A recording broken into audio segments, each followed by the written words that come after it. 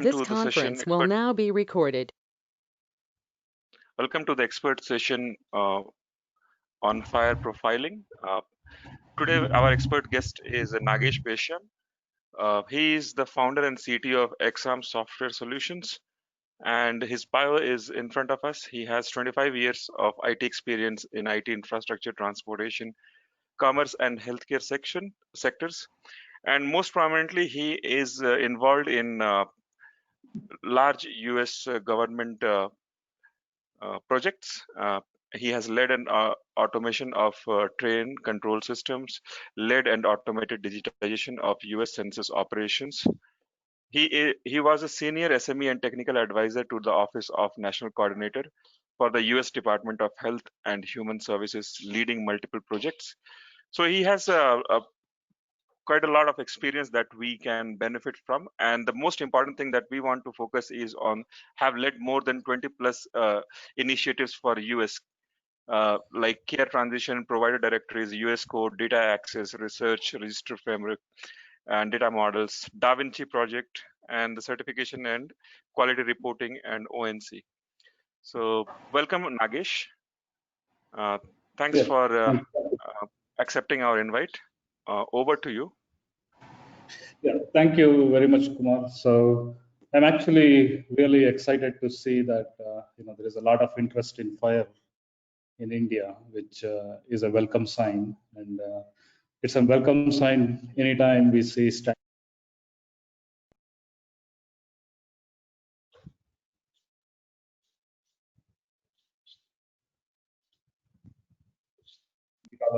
and contribute in any way that I can to help further standards in India. So like Kumar said, most of my work has been in the US. For the last decade and a half, I've been focused on healthcare, primarily trying to come up with standards and interoperability specifications for the US. And not just coming up with the specifications, we actually implemented and stand up reference implementations that everyone can benefit from. And we also help on the certification side, where we develop the certification programs so that vendors can get certified, which some of you might be familiar with. And so I have a rich experience working with almost all the EHR vendors in the US. And hopefully that experience will come in handy when I'm working with you. So I still have all my US work, and I still consult with the US and the government projects on daily basis. So the company that I work in the US is a different one called Drager LLC, and in India I have a different company called Zyram Software Solutions, which is mostly catering to commercial sector in the US and Indian healthcare sector. I do want to add one last thing before we get started. I am actually actively working with some of the government departments in India, trying to build the health infrastructure and further, hopefully standards eventually along the way. So I welcome all of you from my side, and this session is mostly about what you would want and what you would need, and we'll keep it open. I do have slides that I can present from previous training sessions that I have conducted. We could leverage that as we need to. So with that, maybe I'll just get started. I think I'll probably get to know most of you eventually, since there is a large number of people. I don't think we'll probably end up spending the entire meeting if we went. Yeah. Sure. So Nagesh, I'll give you the context of what exactly the team here wants, and maybe that will help you set the course. So we have a connectathon track called FHIR India Profiling Track. Okay, there we attempt to create profiles for applicability into India, and they are based on National Digital Health Blueprint. Okay, so Blueprint has mentioned around 24 resources, right? And this track tries to get the profiles done for them, right? So while doing the profiles, most of the guys, though they know profiling and don't know the theory, right? What are the nuances of profiling? when you are doing at a national scale, right? What are the things to look out for, watch out for, right? Those are the certain things that the audience would be interested, along with the technical guidance of how to go about doing it. So that would be the context for us. Okay, that's thank you, Kumar. That helps a lot. Really appreciate the background and the context. Okay, got it. So we'll see. I mean, we'll evolve organically as we go forward to see what makes the most sense. Definitely, I can touch upon a lot of things that you talked about as we discuss in this conversation. So I do have some slide decks. So this is implementation guide training class that we took in September as part of in 2019 before COVID hit at the HL7 conference. We hopefully people can see my screen. Can Yes, everyone see my screen? Yeah. Okay. So we did have a set of us, 5 or 6 of us actually went through and did a bunch of training for about 30 people who can basically create implementation guides and profiles, and we trained them. This is mostly for the US, where we needed a lot of people immediately, and we did that. So as part of that, we covered what is an implementation guide and profiling, a lot of slides on profiling. Most of my work, and the video presentations are there. I could eventually forward you some of those video presentations. And all of this is open, and this is not something that you need to ask. These are all, I'll send you the links for these things so you can access these presentations. These are available for everyone, for public to view and consume. As part of that session, I did a hands-on maybe 2 to 3 hours of profiling, guiding the people with samples and trying to get them to do it. So we could potentially do that if required, but if you're already ahead of that, then that may not be as much necessity as we go along. So maybe we start with the top level, and then maybe I'll just stop and ask questions, and you can ask me questions, and then we can start going down further. That might be the easiest way to do this, rather than getting into very specifics of any one section. Okay? I'll just give a brief introduction of what is basically an implementation guide, if you don't know that, so that you can look at it. And then we can talk about a little bit of the profiling stuff, and then we can stop and open it up for questions.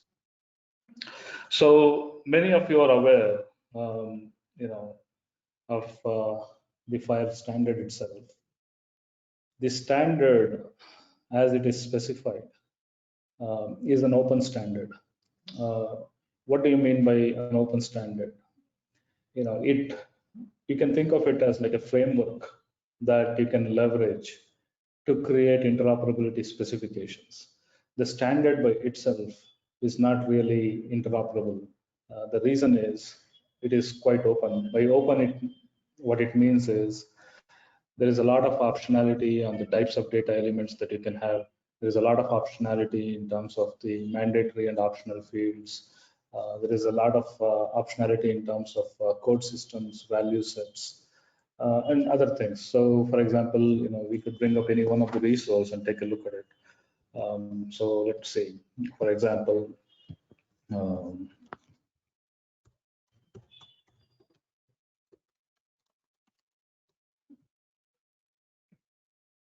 so here is patient resource, right? So hopefully people are familiar with resources and RESTful interactions and FHIR, and if you don't know, we can have a session on that later on. But assuming that all of you are familiar with that, we are trying to model what is called as a patient here in FHIR.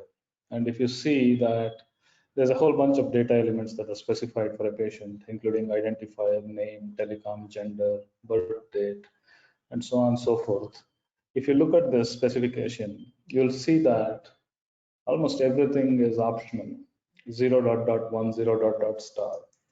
What that means is, right, systems which are exchanging data may or may not send it. So if you built a system, you might send me the gender information, and if I built a system, I may not send you that.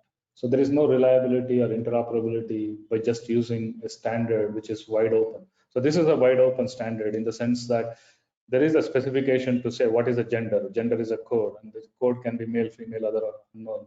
Although there is an amount of specification and specificity for the data element, you really cannot build an interoperable system or an interaction based on that. So that is where the problems start. Whenever we have open specifications, then you cannot really reach interoperable systems. Another example is, for example, let's say here, most of these things are required. So let's go to some other resource here. So if you look at a condition which is representing a disease, you'll see that there is a number of codes, for example, identification of codes, problems, or diagnosis. It says something as an example here. This is called as a binding. Essentially, when you want to have interoperable systems, you have to code everything in machine processable language. And codes are specific ways of defining what that machine processable constructs are.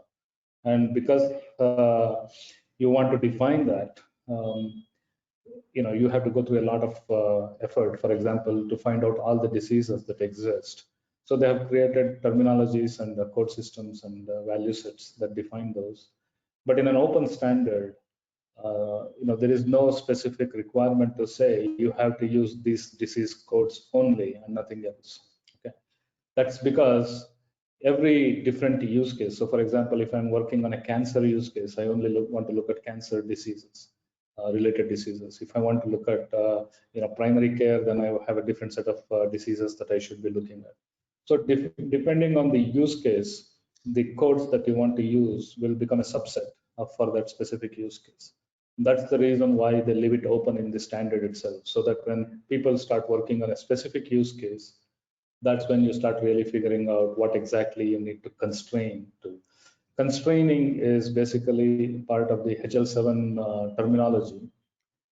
It's kind of opposite to your object-oriented concepts, if you will. In object-oriented concepts, you kind of extend, you create base classes and then you extend the base class to add more, specificity by adding more attributes and so on and so forth.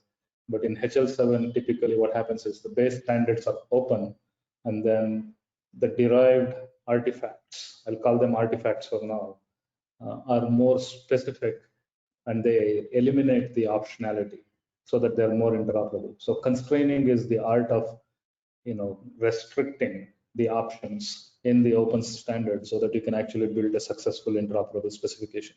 Interoperable specifications are those which will enable two systems to exchange data and be able to process that. Okay, so this is all the theory, right? So if we go back to what is an implementation guide, right? That's where we started. So you can think of implementation guide as a set of rules that essentially can be applied to all the various resources that you're interested in to solve a specific particular problem. Okay, so let's start with what we have. If we are trying to develop something, let's say for the national based on the national blueprint, I don't know, I have not read the national blueprint, but if there is specific use cases that are outlined in that blueprint, then you can start figuring out what resources you would require. And they might have done this. And does it make sense? And what is the outcome that is expected from the national blueprint by creating that implementation guide? So an implementation guide, you should only embark on creating an implementation guide only when there is a specific use case. What I mean is, if you're not trying to solve a specific problem, creating an implementation guide is not going to be very useful. Well, the next question is, well, we don't know all the use cases that we're going to use in India when we're going to build standards for in India. Then how do I really go about creating something that we can reuse? Then you're creating an implementation guide, which is more like a framework implementation guide, meaning that, so let's talk about in Indian specific terms. So for example, caste is something that you would see in most health systems in India.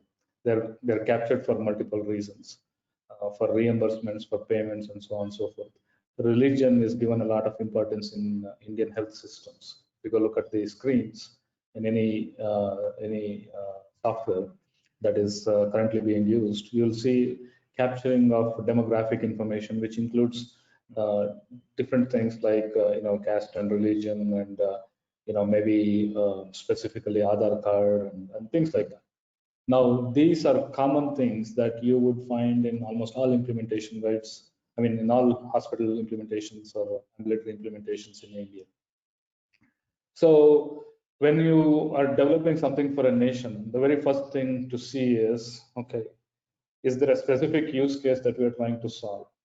If there is a specific use case that we're trying to solve, the use case will define the context and the data elements and the resources that we need to work with. So that becomes the easy part. If you are trying to develop something for the nation, you typically will not have a single use case that you're going to work with. What you will have is a combination of a subset of policy goals that you want to work with. And those policy goals is what will define what you need to do. So for example, let's take the example of US and the US core, which is a national level implementation guide that we created. I started that when did I start that? I started that in 2013, called as Data Access Framework, as a generic initiative, which was primarily focused on enabling data access for various systems. Around 2015, the Office of the National Coordinator in the US put out a regulation, certification rule. It's called the 2015 certification rule, which is a policy which is basically specifying the standards to meet the 2015 CMS rule policy goals for care transitions and a few other criteria. For transitions of care, they basically identified here are 20 different data elements. I'm just using 20 as a number. It's in that range. These are the 20 different data elements that we need to really allow systems to exchange in order to enable care transitions, which is one of the important policy goals that needs to be achieved in the US. So coming out of that policy document, there was a CMS rule, and then there is the ONC rule that came out that basically outlined what that set of data elements are. They're called the Common Clinical Data Set in 2015. Right now, the latest edition, QRS edition, calls it as US Core Data Elements for Interoperability. So they include, data elements like, demographics. And for people who may not know, I'll just quickly show that to you so that you know what to search for eventually. So you can say US CDI, and then you should be able to go. This is the latest data elements for US CDI. And it includes, these are the basic classes and data elements like allergies, clinical notes, goals, tests, medications, demographics, problems, procedures, so on and so forth. So this was established. A previous version of this is what led to US core, and the US core has been updated to reflect US CDI now. So this essentially was kind of put forth as a national level requirement to start with.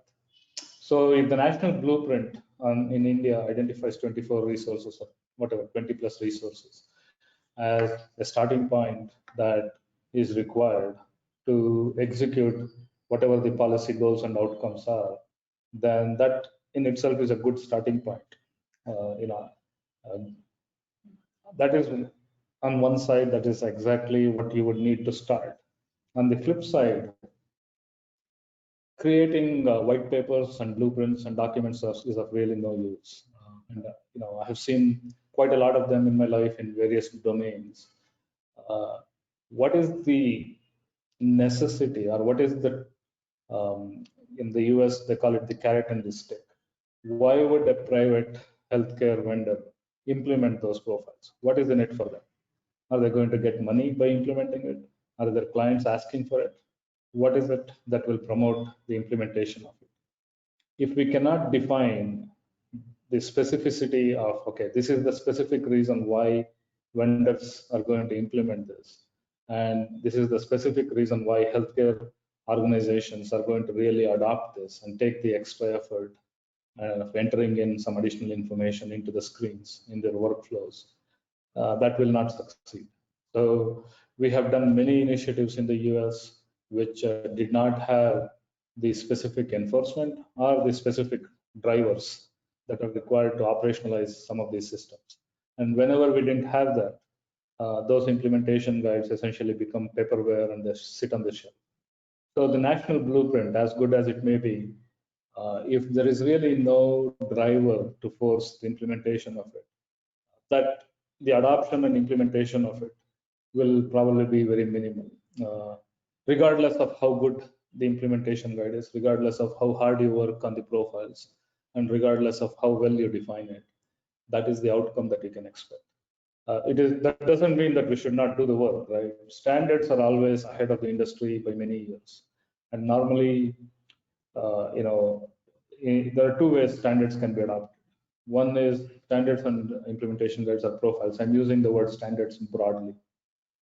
There are two ways these things can get adopted. One is government driven, where the government has a will to go use standards and they drive it from the top and they have enforcement programs and all the required stuff along with it and they do that.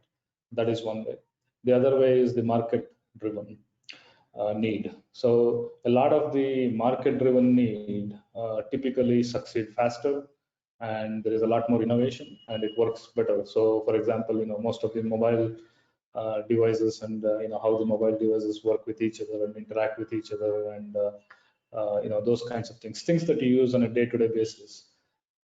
Those things are all market-driven necessities where different vendors and different systems have all kind of come together to collaborate effectively to build those standards because it is in their best interest to exchange information across systems and across things. So those are market-driven things which succeed on their own, and the consumer demands will push the market towards it. So, for example, whether it is photo formats, email formats, all these things are things that people started using it, and as they get more and more use, they got more and more standardized where it's almost seamless. And that consumer demand in healthcare is a tougher problem to achieve because most people, there are two parts to why those things are difficult. One is, doctors are overwhelmed and they don't have the time to really, spend as much as the time they need to with the patient. So they don't have more time for entering more data or getting more burdened with interoperability requirements. And the patients really don't think about healthcare applications or healthcare things in a preventative fashion. They're mostly worried about, okay, I have an injury today, I have a disease or a condition today, so I need to go see the doctor. But once I get treated, then I forget about it. So healthcare is not common for people to kind of use on a day-to-day basis, the healthcare applications. It's not like, although the younger generation goes to gyms and everything, that's mostly, for many other purposes, not necessarily preventative health measures as such, So the preventative health aspect doesn't really come into play where everybody is so cognizant that they're clamoring for healthcare data from all their doctors and hospitals and other people. So that becomes the difficulty. So going back to what Kumar said, what are some of the nuances? Well, first is you need to have those top level policy goals and outcomes that you want to hit. And assuming that your national blueprint does have some of that outline. I have not studied it in detail, but I know it exists. So assuming that there is some level of information that is out there, the next level of thing that you need to see is, okay, let's say we go build this profile. How do we know that these profiles actually work? So there is no use creating more paper and documents, right? So unless you can actually show that here is a profile that I have built that is going to be useful in this particular use case, and here are systems that can benefit from that, and here are some example systems that are using it. So you always want to follow the vendor engagement program, if you will. So we have to build a vendor engagement program where, because unless there is a government push, the vendors have to push it from the market side. So there have to be volunteers who are actually going to implement these profiles in their systems to try it out. And that you typically achieve in a connectathon setting initially, and then there should be a plan to roll out some of these capabilities into real production systems. Only then it has meaning. Otherwise, we will be creating a lot of shelfware. The other way to look at it is we will build the profiles, and eventually, when the need comes out, like on an emergency basis, then they can use it. So it is ready. So, for example, in COVID, I'm currently working on multiple projects for CDC, and we were building FHIR-based infrastructure for case reporting, for chronic diseases and communicable diseases and so on and so forth. And we were working on that project for the last whatever year or so, and then COVID hit in January. So the infrastructure that we were working on doesn't exist today for people to use FHIR to report on COVID. So immediately we had to kind of pivot with all the work that we had done to see how we can leverage FHIR to do some case reporting, leveraging some of the FHIR capabilities and still interface with legacy systems using legacy formats like CCDA and so on and so forth. So we built something and we're pushing that in the US right now. And that's very important. So in this case, we had built some stuff which we could leverage for an emergency situation like COVID. So that is the other way. So we could build profiles and make it, test it and vet it. And as a community, we can all say, hey, we have all worked on it. And if we have a good sampling of vendors, healthcare vendors who are building IT systems, we can say, okay, this all looks good. We have tested it and this should be baseline. So those are pretty good. I think, so don't get discouraged just because government doesn't push it or vendors don't ask it. So there is still value in doing the work always. So that is on at the higher level, policy and outcomes and those kinds of things. At the detailed level, the nuances that you really need to focus on, and I built about 20 plus implementation guides and thousands, hundreds of profiles, if you will. Terminology is going to be the most complex thing always, and most of you might already be aware of that. But the amount of work that you have to do to actually make interoperability a reality will all boil down to the amount of time that you are going to spend on the terminology. So it's very easy to define the structure and the cardinality of a resource. I'll make it 1.1 because the Indian government requires it. Well, that's quite easy. Does somebody have a question or? Okay. So it's very easy to define that structure of a resource and say this is my profile, but it takes a lot more to define the terminologies that need to be used. So let's go for a very simple example here. Let's go back to one of the FHIR resources and take a look at something. So here is patient. Patient has an identifier, right? So here is an identifier resource, identifier data type. In the identifier data type, there are a few things. There is a use which probably will suffice for our purposes in India, but then there is type. Identifier type tells you what is the type of identifier that is being used. So if you click on this, this is said, this is what is called as a codable concept. Codable concepts are essentially machine processable codes that are derived from one or more code system that will help you to process the data, knowing exactly what it is and interpret the data. So codes give you that information. Without codable concepts, you won't have that information. So a codable concept by itself is not interoperable. So you have to bind it to some code systems and some code. So in this case, they have bound it to identifier type code system. So here is an identifier type code system. And this identifier value set, here is the identifier value set. And the value set is essentially deriving or including all the codes defined in this code system. This is based on version 2 of HL7 V20203. And from that code system, all these codes are being included in identifier. So there is a driver's license number, PPM, whatever, MRN, and so on. So if you look at this, as it is, you have driver's license, which probably exists in India. We have medical record number that probably exists. Tax ID number, maybe the PAN card ID or something could act to that. But if you look at some of these identifiers, you don't have like the ration card ID, you don't have like the voter ID, you don't have Aadhaar card. So when you're talking about the identity of the patient itself, the most important thing is to identify what are the specific types of identifiers that we want to have, that we need to allow in our Indian ecosystem. And that might change based on the use case. So for example, if you're working on a government scheme that is basically giving food to the people who are in below poverty line, then the BPL card ID becomes more important. If you are going to create a scheme based on voter ID, then voter ID becomes important. If you're going to just have a generic scheme, then maybe Aadhaar card becomes important. So it is very important to understand what those nuances are right there, just in the identifier field, and define that identifier set to start with. If you don't have your identifier set, you probably don't have anything, because you can't do patient matching anywhere. And of course you can do it with name and other things, but reliable patient matching, when you have identifiers and if you can use them reliably, it becomes much more easier to do patient matching. So defining this set of codes is more important, and that's why the standard, essentially, if you go back and look at it, it basically, if you look at the identifier data type, makes it extensible.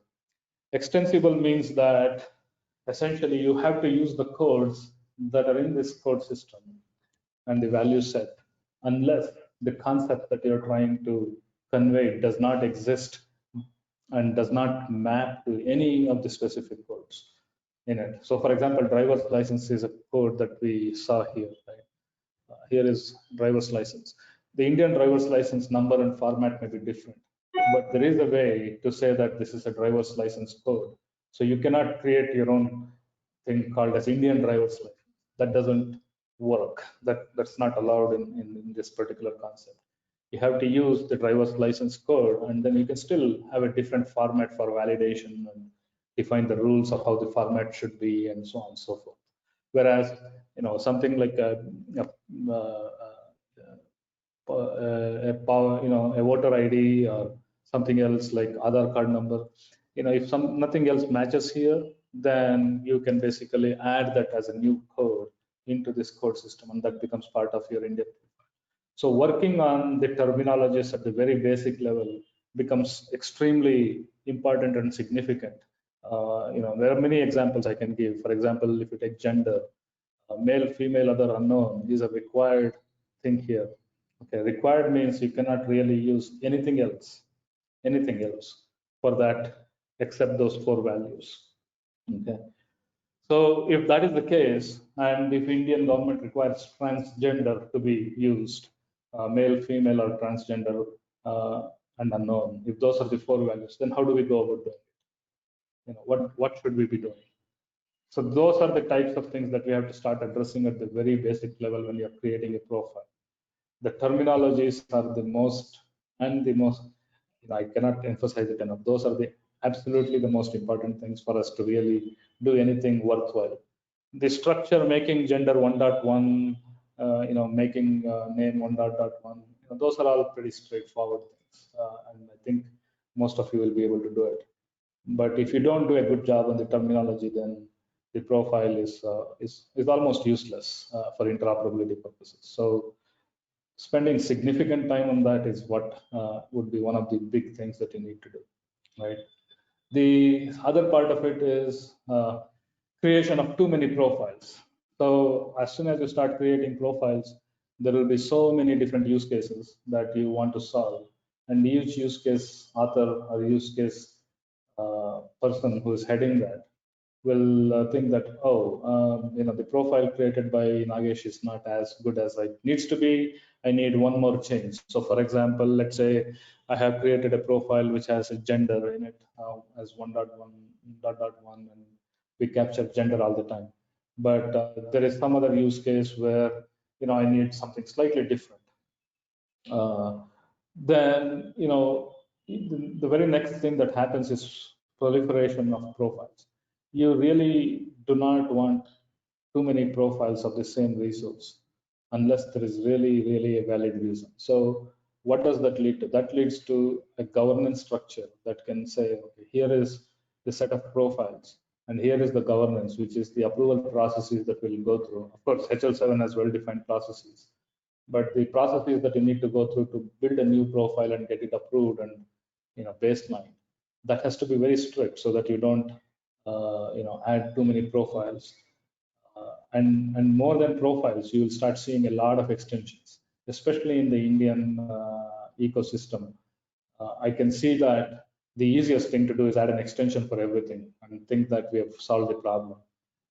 And what you're really doing is not really solving the problem, unless we kind of really work towards building what really is an extension and what is not an extension. So, refrain from adding extensions, focus more on vocabularies, codes, code systems, focus more on the policy goals, and then, start working towards profiles. So, I mean, those are some of the, there's a lot more nuances we can keep going on and on and drill down into any level of specificity on any of these things. I don't want to hijack the entire meeting by just me talking. So I'll just stop there and let's open it up and let's have a discussion around, whatever you guys are doing, what can I do to help you guys? Of course, I'm in India now, in Bangalore. So, whatever we can do to help you, I will definitely do that. And, we'll go from there. So, I'll stop there and then just open it up. So please feel free to ask as many questions you have, and I'll try to do my best to answer. Yeah, thanks, Nagesh. So there are some questions in the chat. So I'll just read out. The first one is about the binding strength required that you touched upon. So the question is, if a new code is required, how to go about it? Yeah, if it is a required binding strength in the base standard, obviously you cannot change it because then the base resource will not validate. So if we need to change that, we have to go back to the vocabulary work group in HL7 and ask for it. And depending on whether it is normative or not normative, they may or may not change. So let's look at gender, right? So gender right here is essentially a required binding strength, and this resource is a normative resource. Okay, so go back. This is a normative resource, right? Maturity level is normative, meaning that they probably are not going to change this, right? But if you want to add transgender to this, how do we go about doing it? So this is a case where we would have to use some extensions for the Indian profiles. We might say, okay, in India, when we create a profile, gender for transgender representation, we might use other as the code and then add an extension that basically further qualifies it to be a transgender. So that's the only way you'll be able to add it. Whereas if it was extensible, then you could have really, added a new code if it doesn't represent. But even in that case, other could basically subsume transgender. So you might still have to do the same thing, even if it was extensible. So required strength in the base resource, there are very few things that are required. But if it is a required one, then you cannot really change it. We have to look at the closest one to the concept that we're trying to represent and see if that works. If that does not work, then we can probably add some kind of an extension, by choosing one of the values in the required value set. That would be the way to do it. Again, it will depend on a case-by-case basis, but that's the way it would have to be done. So if people want to read more about the binding strength of the things, I'm pretty sure people are familiar with the terminologies page. But in case you're not, go for the terminologies page and then take a look at it. They will basically explain all the different binding strengths required and extensible and example and preferred. So, okay. Does that answer the question?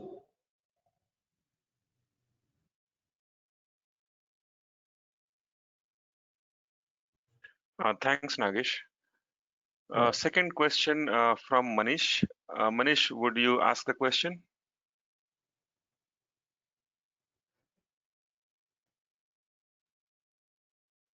Yeah, I saw the question on the chat. And if the question is, if you're defining profiles for India, should we look at domain-based profiles, for example, for claims, clinical workflows, laboratory results, radiology reports, pharmacy workflows? So The answer is yes and no. I would say that if there is, so the simple answer is you should profile only when you have a use case.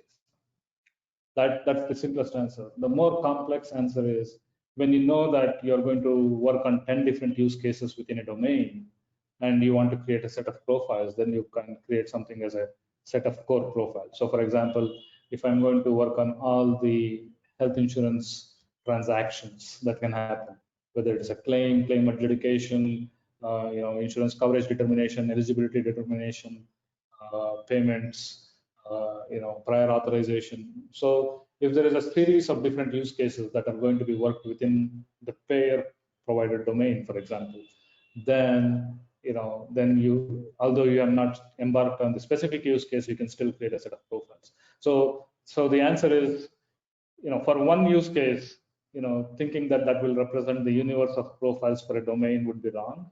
Whereas if you have a set of use cases within a domain, then you can create like a framework IG, like a US core. You can create an India core that will basically capture, like, for clinical workflows, this India core clinical might be a set of profiles. For financial and claims stuff, you can say India core claims profiles and things like that. So yes, you can create by domain when you have multiple use cases.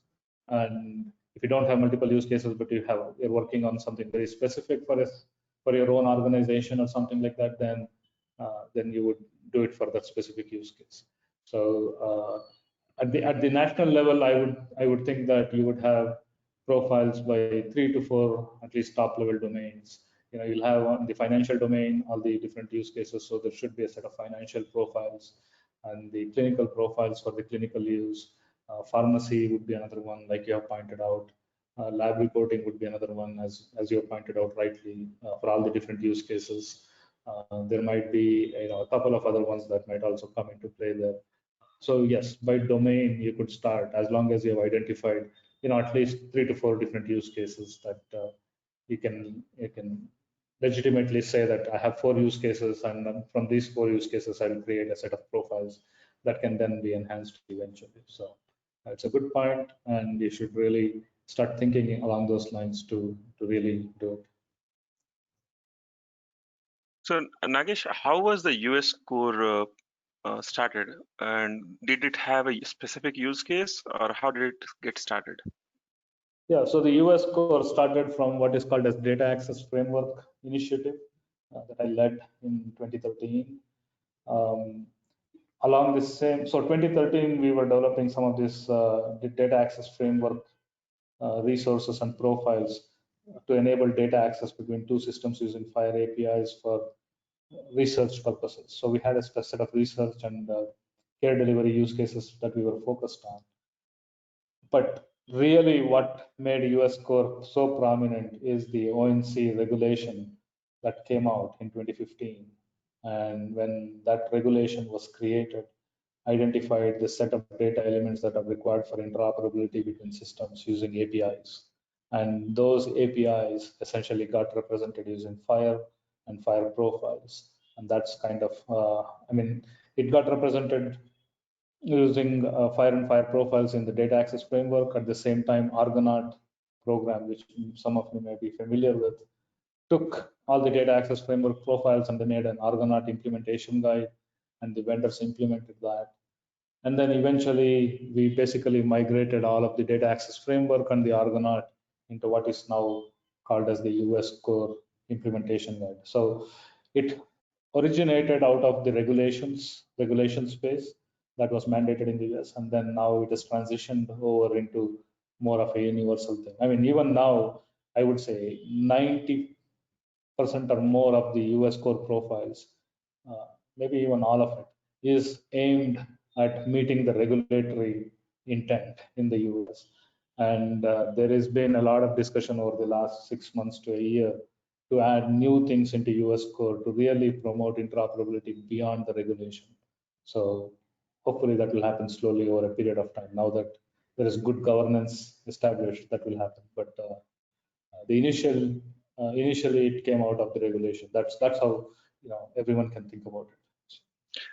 Okay. So and that's so we were searching for appointment profile and we did not see in US score. So that is because it was clinically focused. Yeah, it was all focused on common clinical data set initially, which was outlined in the 2015 regulatory rule notification, rule that was outlined. So appointments were not there. So even now, US core data for interoperability does not have appointments. So if you look at it, it's all highly clinically focused right now. Allergies, assessment plan of treatments, care team members, clinical notes and goals. These are the things that are present. So if you go look at the US core profiles, you will find all of these. And I don't think you'll find, there are a couple of them. Encounter is one that has been added outside of this, for example. Although encounter is not listed here, because of the importance of the encounter and its usefulness in almost all the resources. So there's, like I said, upwards of 90% of US core profiles meet these things. So that's kind of how it has evolved. Thanks, Nagesh. So there is a question from Anil. We found some profiles in US core having must support for attribute, but the cardinality was 0, 1 or 0 star.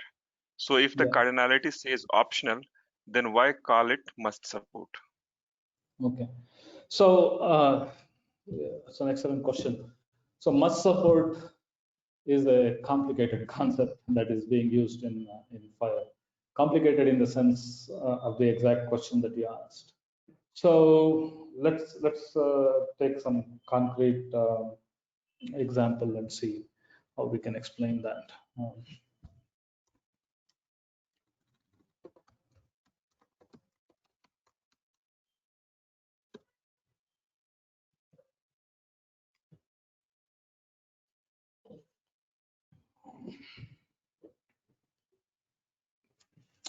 So I'm looking at the US core patient profile, and there is a lot of things tagged as supports. This basically is essentially is the must support flag.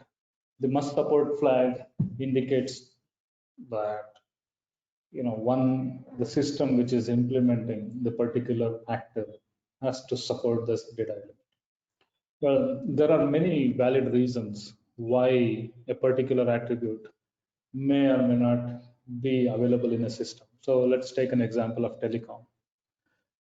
There might be many instances where a patient walks in and they may not really have a phone. So we cannot really capture the phone number for that patient. So in that case, making it mandatory, let's say we made it 1.1 for telecom.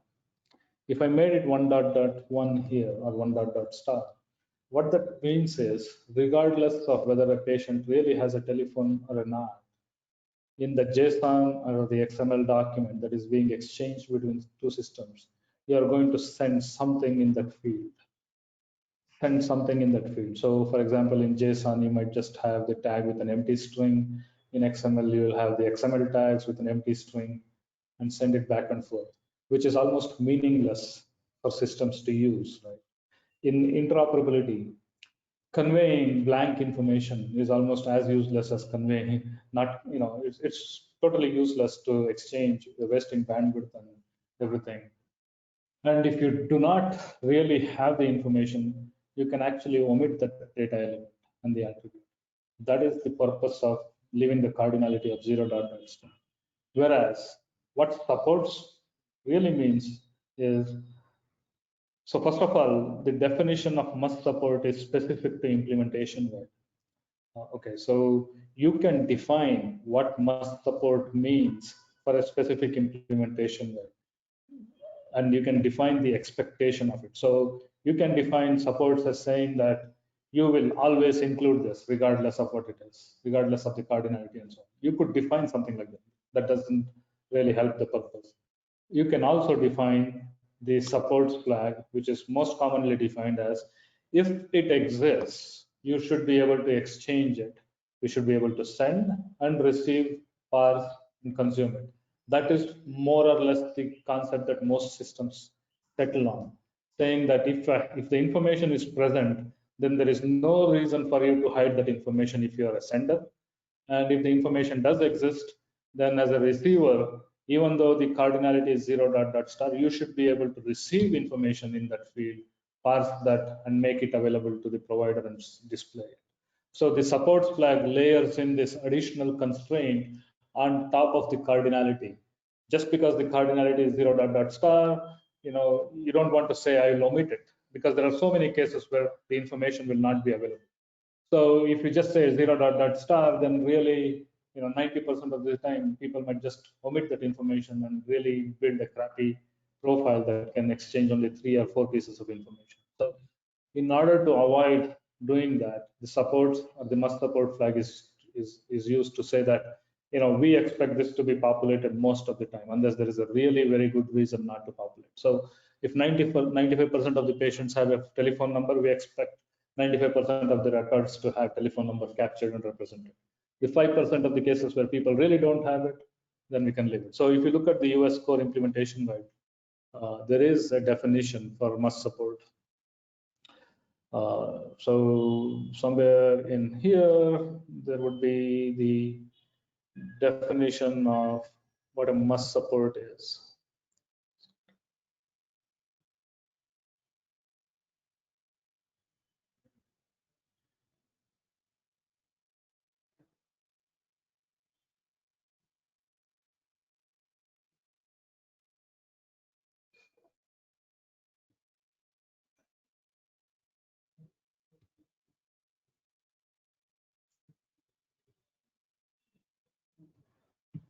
So if you look at must support, this defines what the must support requirements are. So for example, for responders shall be capable of populating all data elements as part of the query results as specified in the US core server capability statement. So there is a set of detailed requirements of how must support should be interpreted. Okay, and it also tells you how must support has been defined here. So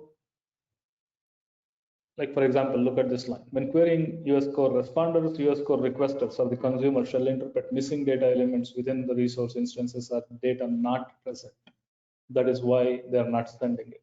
If it was present, they are required according to the conformance requirements to send it. If it is there, you have to send it. That's what the must support means.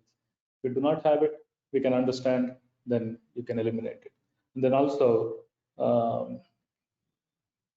this line, in situations where the information is not present and the reason for absence is unknown, the US core responder shall not include the data elements unnecessarily in the resource, in the exchange. So those are specific requirements that are defined for what is supposed to be must support. And this is all tested. So we have developed test systems to test each one of these capabilities by giving them different types of variation in data and test it and enforce it. Okay. Okay. One question that I had was, what are standard extensions? Like, so we see extensions and then standard extensions are also there, right? There is a lot of standard. If it is standard, why not in the base? So can you give me an example? So I will tell you what it. So there are, if you look any resource, right? There is profiles and extensions. Okay. There's a whole bunch of extensions here that are defined already. Yeah. And these are the standard, baseline in the standard already. Right. These are part of the standard. The only reason they're not part of the resource is because FHIR operates on the 80-20 rule, which is only 80%. The data elements which are required for 80% of the use cases will be the base resource. The other 20%, which will be only used either in specific countries or specific use cases, shall all be extensions. That's why they end up being extensions. And since there is enough countries or enough use cases requiring those extensions, they will be created in the standard so that every use case author or every implementation guide author doesn't have to go and build their own religion extension or nationality extension or whatever else is there. That's the reason why there's a whole bunch of extensions built into the spec. So these are some examples. Every resource, if you go to the profiles and extension tabs, you will see that there's a whole bunch of extensions that are standardized already that you can use for various use cases. And if these extensions are not set, are going to meet your requirements, then you can add more. then you can add more to your implementation guide, or you can add to the base resource by requesting, going through the appropriate approval processes in the HL7 workgroups. So the guideline is to look at the standard extensions before going for your extension, right? Yes. Yes. Look for the profiles if they already exist. Try to reuse as much as you can. But if you're doing for a country, you probably might have to create from scratch. Extensions definitely do not create anything unless you really cannot find one. So, because that's extensions is always going to be more difficult to handle. So, hey, I know we're coming close to the 9 o'clock time. I have another meeting, with some other people. Yeah. I'm more than happy to continue the discussion tomorrow. And if you have captured all the questions that have been put out, Kumar, you could email it to me, and I could craft the answers, and we can just review them tomorrow as a starting point, and then we can get into other aspects. Sure. So tomorrow 6 p.m. We'll have the meeting. Hope it was useful. If it was not useful, you can let me know too. I don't want to waste any of your time. I know it is very valuable and everything. So please, give honest feedback on to Kumar, so that he knows, which way to lead the organization, the teams and the organization and the committees and everything. So that this is the first time a lot of things are happening in India. And Kumar, thanks to you for leading the effort in many of these places along with the rest of the community. And I do feel like having a good community with honest feedback will go a long way in building something useful. Sure. Thanks, Nagesh. Yeah, thank you, guys. Thank you. Have a good day. Bye.